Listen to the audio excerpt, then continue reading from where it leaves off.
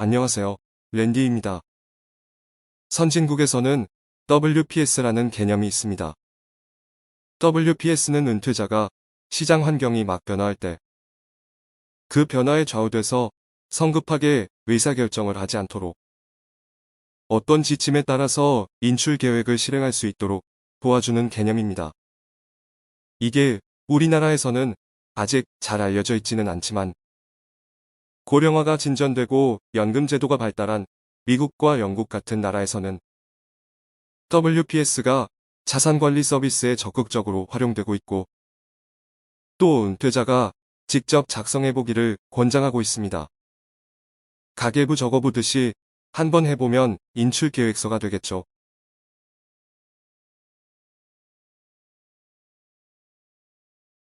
우리의 노후 준비는 자산을 쌓아가는 적립기와 은퇴 후에 자산을 찾아 쓰는 인출기로 나눌 수 있는데요. 노후 자금을 모으고 불리는 것만큼이나 중요한 것이 은퇴 후 이렇게 형성된 노후 자금을 계속 투자하면서 자산 규모와 자신의 생활 수준에 맞게 계획적으로 떼쓰느냐 하는 것이 고민일 텐데요. 연금 개시하는 고령 인구가 늘어가면서 이 인출을 어떻게 할 것인가에 대한 문제로 굉장히 관심이 모아지는 것 같습니다. 그래서 오늘은 인출 계획 수립 시 고려사항에 대해 알아보도록 하겠습니다. 연금 인출 전 조심해야 할 재무적 위험 3가지. 첫째, 장수 위험. 예상 수명보다 오래 살 경우 은퇴 기간 중 자산 고갈로 생활 수준이 악화되는 문제가 있을 수 있습니다. 둘째, 물가 상승 위험. 물가가 상승하면 노후 자산의 실질 가치가 떨어져 구매력이 감소하는 문제가 있습니다. 예를 들어 2% 수준의 물가 상승률이 지속된다고 가정하면 지금 100만 원의 가치가 20년 후에는 66만 원이 됩니다. 최근 물가 상승률이 굉장히 높기 때문에 이건 상당히 신경 써야 될 이슈입니다. 셋째, 수익률 시퀀스 리스크. 수익률 시퀀스 리스크란 수익률이 실현되는 순서에 관한 위험 리스크입니다. 은퇴 자산을 투자 운용하실 때 수익률만큼이나 수익률이 실현되는 순서도 중요합니다. 인출 현금 흐름이 동반되면 평균적인 수익률이 같더라도 수익률이 실현되는 순서에 따라 성과가 달라집니다. 은퇴 초기 수익률이 낮을 때 생활비까지 인출해야 한다면 자산이 빠르게 고갈될 수 있습니다. 수익률 시퀀스 리스크에 대해 더 자세히 알고 싶으시면 위 영상을 참고해주세요. 이외에도 우리의 노후에는 여러가지 리스크들이 많습니다. 금융사기, 은퇴창업, 중대질병, 황혼이혼, 캥거루족 자녀 등이죠. 따라서 이렇게 재무적 위험들을 생각해서 인출계획을 세웁니다. 생활비, 인출계획. 첫째, 은퇴기간 예상. 인출계획의 첫 번째 단계는 은퇴기간을 예상하는 겁니다. 2020년 60세의 기대요명은 남성이 23.4년, 여성이 28.2년으로 나타납니다.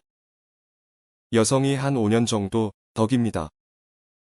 그래서 한쪽 배우자가 좀 더 오래 살 수 있는 가능성을 염두에 두는 게 필요합니다.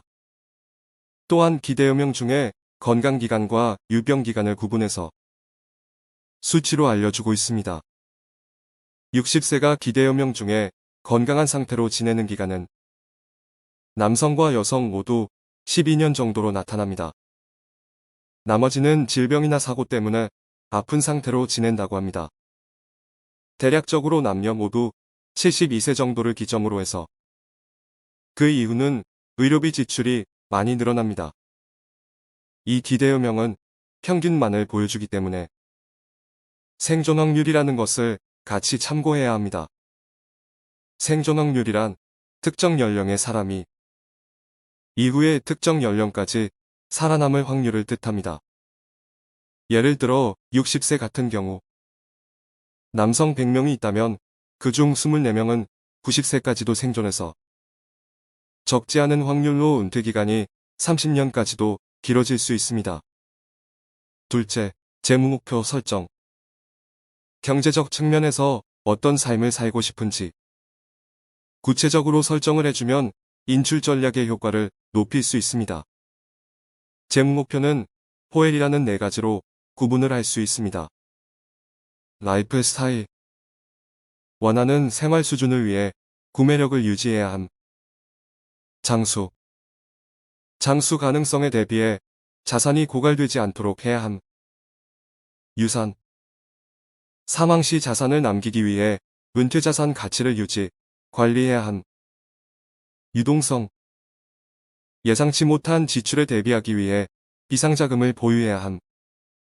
4가지 요소를 모두 다 달성하긴 어렵기 때문에 각자 가장 중요하게 생각하는 우선순위부터 재무 목표로 설정하도록 합니다.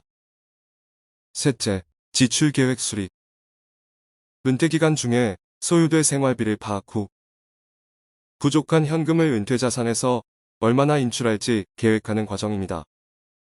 국민연금공단의 2021년 조사에 따르면 우리나라 50대가 생각하는 적정 노후 생활비는 개인 기준 월 198만원, 부부 기준 월 307만원입니다.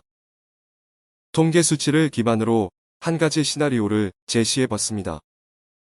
은퇴자산의 6억 원인 부부가 연간 3,200만원을 지출한다고 했을 때 국민연금으로 연간 1,100만원을 받으면 은퇴자산에서 인출해야 하는 금액은 연 2,100만원이 됩니다.